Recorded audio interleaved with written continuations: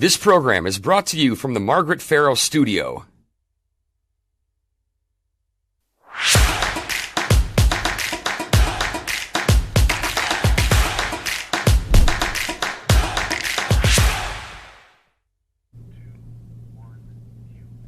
Hello and welcome to Newsmakers. I'm your host, Lisa Pugh. Each even-numbered year of the biennium, Wisconsin's Joint Legislative Council establishes what are known as study committees. These unique committees that have members from bipartisan legislators and citizen members ends up tackling some of Wisconsin's most controversial issues and sending them to legislation to be considered by the full legislature. WisconsinEye is providing exclusive coverage of the Joint Leg Council's 7 current committees, and today we're sitting down with Director Ann Sappenfield. Thank you for joining us. Thank you so much. I'm so glad that you're interested in this topic. Absolutely. So let's start talking a little bit about the background and history of the Joint Legislative Council. It's really been around for a long time. It has since 1947. And it started out as a resource for legislators to do research and gather data about statewide issues. And over time, we have become our main purpose during the regular session has become staffing the standing committees. And so everyone on the staff, mostly made up of attorneys, and we have some analysts as well, staff about 3 to 5 of the standing committees and become experts in the areas of the law such as K-12 education or criminal justice or natural resources. The legislators can then ask them clarifying questions about issues. Yes, yes. And then there's the study committee function of the council. Right. So that's an older role that we've had. And the study committees are established during the interim. So this is the time after the regular session is over and the legislators are have more time to consider a deeper topic. So these kinds of committees happen in, I think, all legislatures because the regular session is such a busy time. And if you come across an issue or something arises that really needs more time and more study, then the interim is a great place to take the time and really learn the background of the topic and come up with legislative solutions for the next session. So there are currently 7 study committees that are operating in this biennium. Can you give us just kind of a brief summary of what those 7 are? Sure. This year, the Legislative Council established 6 committees. We have a committee on the commercial building permitting process. We have a committee on increasing offender employment opportunities. We have one on occupational licenses, shared school district services, uniform death reporting standards, and the Wisconsin National Guard sexual misconduct procedures. And then in the statutes, there are two study committees that happen every session, and so those are state tribal relations and law revision. So state tribal relations, which works with the bands and tribes in Wisconsin to talk about issues that the tribes and the state have to work together, meets during this time in the interim, and then the Law Revision Committee meets during the regular session. So you mentioned that other state legislatures around the country have something similar to these study committees, but there is something unique about Wisconsin study committees, right? Right. In Wisconsin, we have citizen members on the committees, which is such a resource for us. So each committee is comprised of, it's chaired and vice chaired by a legislator, usually in the majority party. And then there are other legislators who serve on the committee, and we really strive to always have a bipartisan balance. So there's always legislators from both parties on the committees. And then we look at the issue in more depth, and the staff for the committee looks through the issue and thinks about who are the stakeholders, who needs to be at the table, who do we need to hear from to really come up with the best solutions to these issues. So we take those people, make categories, and then we ask people to volunteer, and we recruit if we need to from different interest groups to create a committee that has people who are actually doing these jobs that we will affect through this legislation, and who have the expertise that we don't have from our vantage point. So I think it's a huge help to these committees to have those voices at the table. And it takes a little bit of the politics out of it too when you have a citizen member. It's true. And it's really a great opportunity because they have the same votes as the legislator members. So they are definitely not just having their voices at the table, but they're also voting on the policies. And the goal of these committees then is that they come up with recommendations for legislation, but they are different than the other committees in the legislature, correct? Right. So they will actually look at draft legislation and make changes to get it to where they want it to be. And then that legislation is presented to the Joint Legislative Council, which is a joint legislative committee of 22 members. All of the leadership is on that committee, and then leadership from the Assembly and the Senate. Correct, and then some members are appointed by leadership as well. And that group hears the reports from the different committees, and then they vote whether to introduce the legislation or not. And when the legislation from one of these committees is introduced, it's introduced by the Joint Legislative Council, and then it goes through the same process, being heard before the standing committees and being voted on by each House in order to be enacted. So these citizen members that you mentioned that are unique to Wisconsin Study Committee, really anybody could end up being a citizen member, or they could put their name forward? Absolutely, yes. So we have people recommended by others, but we have people who come forward who volunteer their time and their energy for these committees.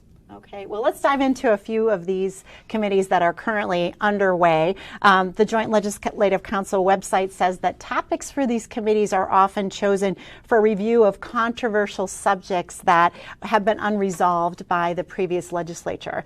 And one of those subjects certainly was the sexual misconduct in the National Guard, which really kind of came to a head in, I think, 2019, when both Senator Baldwin and Governor Evers had said that that there needed to be an assessment of the National Guard's sexual assault protocols. Right. So let's listen to a little testimony from that committee's first hearing that was on August 9th. Okay. We can talk about that. Okay. So even well-intentioned officers don't, often, unless they have a military background, don't understand that power dynamic between rank. Colonel, captain, staff sergeant, captain. We have young, impressionable males and females that don't think that they can say no when their superior is offering them a drink. And not all of the assaults have been with that power dynamic, but certainly some have, and that's a big problem. They're all a problem. But when you have law enforcement that's looking at was there consent, because that's what they care about, they're not going to probably take into account the rank, because that's not what the civilian statutes talk about. So how important are citizen members, in this case members of the military, on this particular study committee? Very important because, on that committee we have people who work in the National Guard receiving these complaints. We have people who are in more, I wouldn't say necessarily policymaking, but more of a, administrative role within the Guard, but then also people who have been victims of sexual assault within the military, not necessarily the Guard, but within the military. And it is really important to have all of those viewpoints to find out where things don't go well and why. And by understanding that, it will be much easier to get an appropriate solution to the issues. And this is a case where military regulation is different than state statute, right? Right. So in these cases, the complaint is received by the military, but then it is often referred to local prosecutors. And then if the local prosecutors don't decide to go forward with it, then it can be dealt with within the Guard itself. The other thing that's interesting with the Guard is that the members will be under different statuses at different times. So at times they're under Wisconsin National Guard, and at times they're under the federal regulations for the Guard as well. And those are quite similar, but vary a little bit. Where do you see that committee heading there? What are they trying to tackle? I think they'll really look at how complaints are received and how they are processed, and then also any sort of training surrounding it. I think you see from that clip that an issue that we have with sexual assault in general, but in the military where you do have such a hierarchy, that it is difficult to really understand what happens in each particular situation. So I think hearing that kind of testimony and requiring training and oversight that's geared more towards creating that understanding will be something that they will be looking at. Moving on to another committee that's been meeting, Wisconsin currently has 421 school districts, and the Council's Study Committee on Shared School District Services could recommend shrinking or consolidating that number in some way. I know they've already heard some testimony from other states that have consolidated school systems or county-based systems. What kind of public attention is that particular committee receiving? I think, that's a concern that a lot of school districts have, is the idea of consolidation. This committee is really looking at creating incentives and not mandating any sort of consolidation or even sharing services. That's a very local decision, obviously, whether to share services or not. So I don't see any sort of consolidation proposal coming out of this committee. However, we did take the opportunity to have some education around it and some discussion around it, because it is a topic that comes up in the legislature and that is present in the legislators' discussions right now. So we want to bring in some different people to raise some of the issues that it fixes and also that it causes, issues that it may cause. What is some of the testimony that they've heard in that committee so far? Well, they've heard from, the first meeting was really focused on shared services. So they've heard from school district administrators, so superintendents, who have shared services or and who have combined some of their efforts. And so that was really interesting to hear what was successful about that and what was really challenging about it. And then, like you said, at the last meeting, they did hear a lot of background information on consolidation. And of course, a great place to look is other states, because if someone's already had that experience, it's really important to be able to see what they encountered and what went well and what didn't go well. So the purpose of that meeting was really to hear from other states who have gone through this experience about what their experiences were and what they think was successful and how they would caution us moving forward. Mm-hmm. Let's listen into some recent testimony from Representative Rob Brooks, who is the chair of that committee. You've all talked about challenges, but how did you get that buy-in without transferring money? That's what we need to hear at this committee, is how are you able to do that? The nuts and bolts, I think, are going to be settled more at the district level, but to provide those incentives and to get those buy-ins, where all of you had talked about not losing your identity, in providing better resources without losing resources in competition, because those are really the big hurdles. Is if we're all competing school districts, which you are, you're competing for the same students, the same dollars. Some of you are transferring money, some of you aren't. So we really need to know how you made it work. You mentioned, and Chairman Brooks has said, that committee is looking for ideas that can address barriers and incentives to sharing services between school districts. And then he also said he wasn't sure how any generated savings from sharing would be distributed by the legislature. I'm sure that gives a little angst to school districts. Right. Do study committees sometimes have difficulty reaching kind of bipartisan or other agreement among members? There are certain topics that are harder to reach agreement on, and yes, there are times where, for example, something is going to be very difficult politically, even though it's something that a lot of the public members really feel like is needed. Sometimes there's some tension there, and sometimes there are topics where people really have very divergent opinions on them. We try not to study those topics as much, just because they do set up a situation where people maybe aren't ready to reach a discussion that deals more with compromise than with stating their own sides of an opinion. Sometimes an issue needs to percolate a little bit longer or reach a certain point where working together is really desirable for all parties. So what happens if a committee doesn't reach sort of an agreement on what they might recommend? Usually they do reach agreement on some things. So it may be less than what people had hoped for, but they typically come up with some legislation. Like I said, it may be a smaller topic than they hope to tackle. It might be working around the edges a little bit more than they had hoped. But in general, we work really hard with the committees, and they work very well together to come up with some solutions. Do you see this shared school service committee as one that might have difficulty reaching agreement in that way? I think that if we were taking on consolidation, then yes. I think with the shared services, this has been an issue that has been studied, and several years ago there was a Blue Ribbon Commission that looked at school funding and had some recommendations surrounding shared services.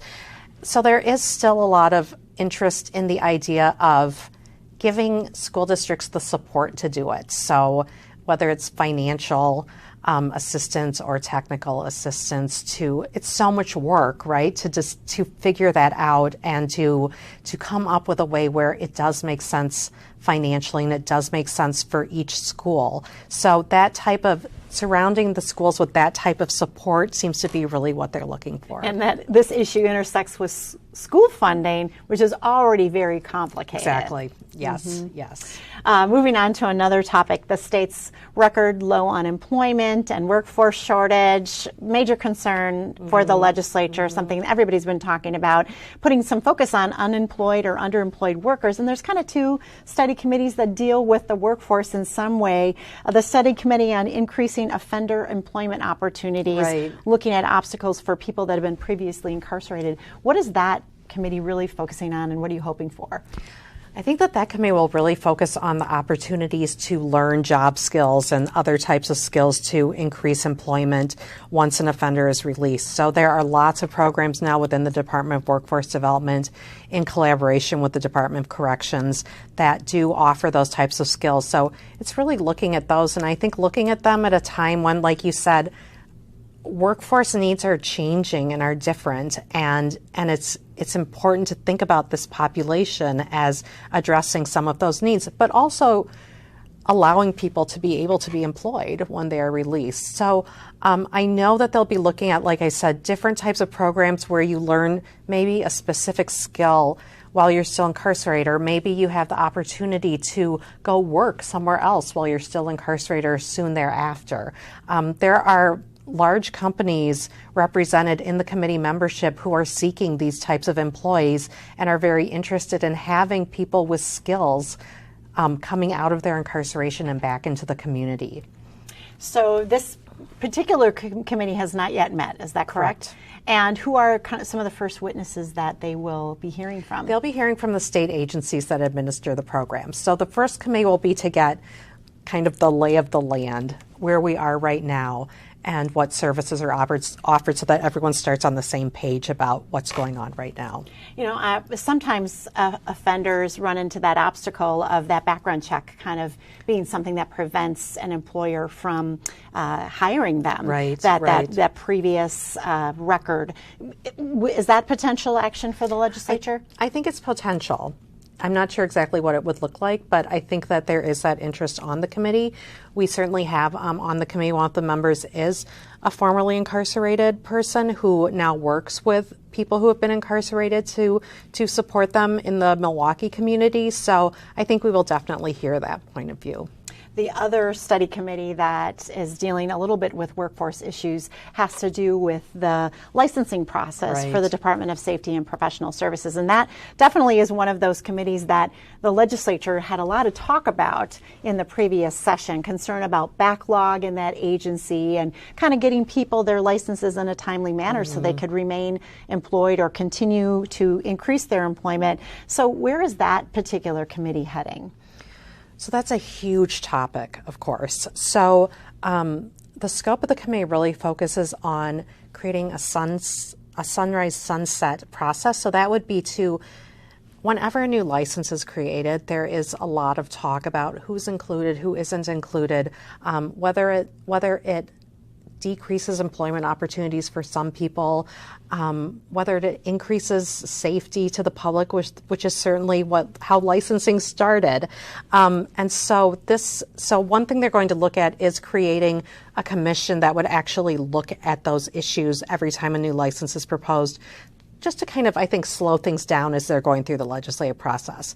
But then also at sunset, so each type of license would last a particular amount of time, and then it would be reviewed again by the legislature to make sure that it's really serving its purpose. Is this a type of challenge that other states have with sort of this backlog around licensing? Yes. And so the topics that the legislature is looking at in this committee, you know, the Sunrise Commission, the reciprocity of licenses, which right now, you know, we have a lot of flexibility. We allow flexibility during the COVID pandemic, and with military families, we allow more flexibility, but looking at that area too. The committee doesn't have in its scope looking at the backlog, but there's no way not to talk about that, so I'm sure that there will be discussion of that as well. Is there anything else interesting that the public should be watching for in any of these committees or the ones that we haven't discussed? What would be your advice to the public? I think you touched on the ones that most people in the public are really probably interested in and may affect them as well. What about the uniform death reporting standards? Yes. That's the sort of committee that, well, why did we need a study committee on that? That committee is really looking at, I think you probably know that the chair, Senator Ballwig, has looked at suicide prevention for years. That's been a huge part of her career as a legislator. And so this committee is looking at how different types of deaths are reported in a way that teaches us prevention. So in Wisconsin, we do have some counties or some coroner's offices that do really look at a suicide very intensely, and to really learn from that experience what happened and what we can look for in the future. There are also death review panels in certain counties, for example, child death review panels. So if you have a county where you've had several drownings, are there things that the county can do, that we can study, that the county can do to help alleviate that happening in the future? So really, I think the focus of this committee will be reporting those deaths that we hope are more preventable, like suicide or accidents with children. Some of the early testimony in that committee looked like at the county level kind of a need for more resources, that there is some overwhelming number of deaths with opioid deaths and some other, the COVID-related deaths. Do some of these committees sometimes recommend, hey, legislature, we need more resources or funding in communities? They definitely do. That's sometimes with the study committees, the co-chairs will say that funding is off the table, but it's always discussion item, and I think that in many ways we're providing information that will be used in the upcoming budget as well. Right, and that's probably part of the reason why they're timed in the way they are, to provide that sort of information for budgets. Right. Interesting. Commercial building permitting process. Right. That one seemed like there was some heated testimony in the early committees. What is that about? I think it's just, it's a little bit like the occupational licensing, right? It's some frustration with that process, having to go through, the agency has its way of scheduling which permits are considered first and the process it goes through, and there are winners and losers, losers in these processes. And so this committee really is looking at how to make that process a smoother process and a more efficient process for people who are trying to get those permits so that they can continue their building process. Is it kind of hard to keep the politics out of some of these discussions in these committees? Oh, yes. there are politics in everything. And so that is going to be part of the discussion, but that is part of the issue as well. So I think that to take the issues completely out of politics isn't possible or maybe even desirable at all times. So certainly that is part of it, but it is an environment where the focus is on the things that people can find common ground on. Have you seen legislators on these committees over time that a lot of times are pretty opposed on most issues that actually come to agreement in a way that maybe you wouldn't have expected? I think so. I think, some of these committees are really hard topics, and people learn a lot, and people are sitting at the table with people who have really had difficult situations. If you look at, for example, the National Guard Committee, where you have victims of sexual assault at the table with you, I think that does frame the issue differently for people and allow people to see things in a different way. So the next step for all of these committees really is that they put forth a set of recommendations. What's the timeline on that? We are trying to wrap up all the committees by the end of the year. And then the Joint Legislative Council can meet early in the new session next year to introduce the legislation. Okay, so we can expect meetings from now and through the end of the year? Yes. Okay. Yes. And so then they send a set of recommendations to the Joint Legislative Council in the form of legislation? Yes. So what's the track record for Joint Legislative Council recommendations becoming law? It's a better track record than normal bills. And I think that is because it has been really vetted by a group.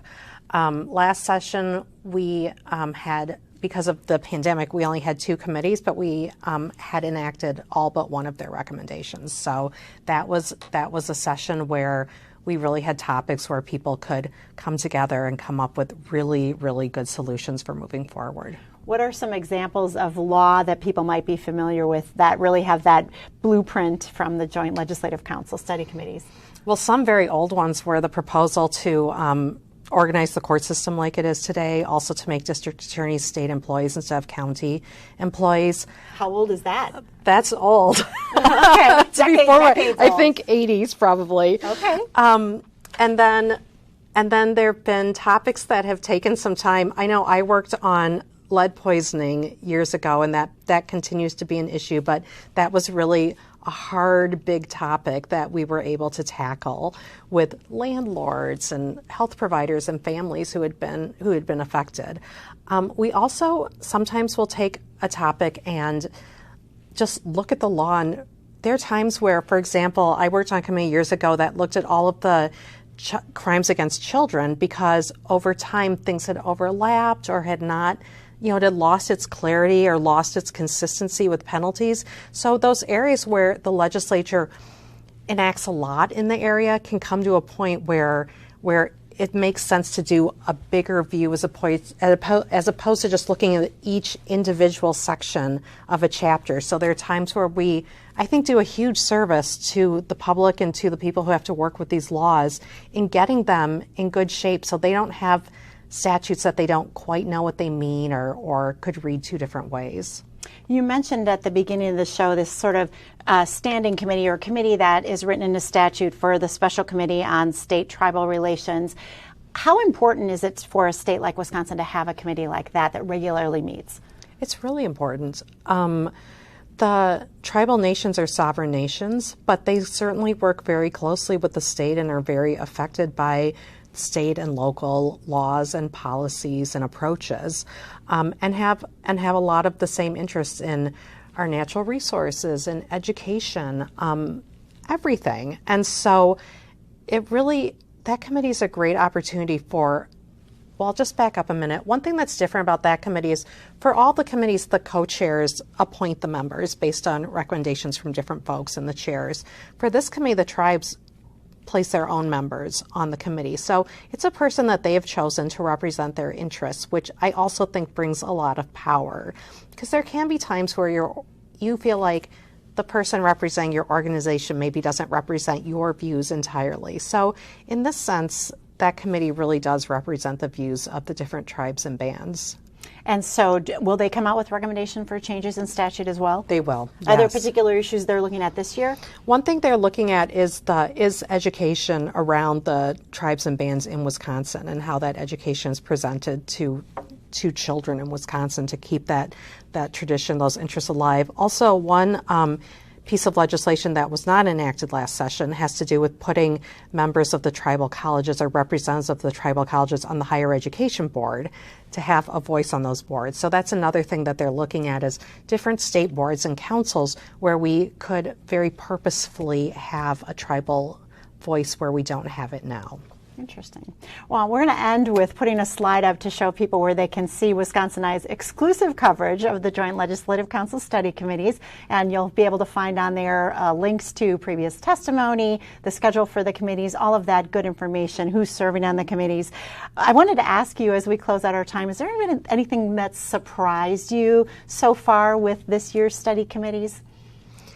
One thing that has been great is that a lot of our chairs are on the Joint Finance Committee or are very involved in legislation throughout the session. And so I think that, and we have a very committed group of chairs. And so I'm really excited about this session. I think it's a session where we put a lot of thought into the topics. Topics can be too big or too small or too controversial. And I think that we have a really good set of topics and that we're going to see some really important recommendations coming out of these committees. Well, thank you for taking the time to meet with us today. Thank you so much. And thank you to the viewers of Newsmakers. Be sure to tune in again as we highlight the issues and sit down with the decision makers who make a difference for all of us. This program was brought to you from the Margaret Farrell Studio. This program is a production of WisconsinEye, an independent, nonpartisan, nonprofit media network with a mission to inform, educate, and engage the citizens of Wisconsin. WisconsinEye is the nation's first and only independently funded state civics broadcast network, providing gavel-to-gavel access to government proceedings and events at the state capitol.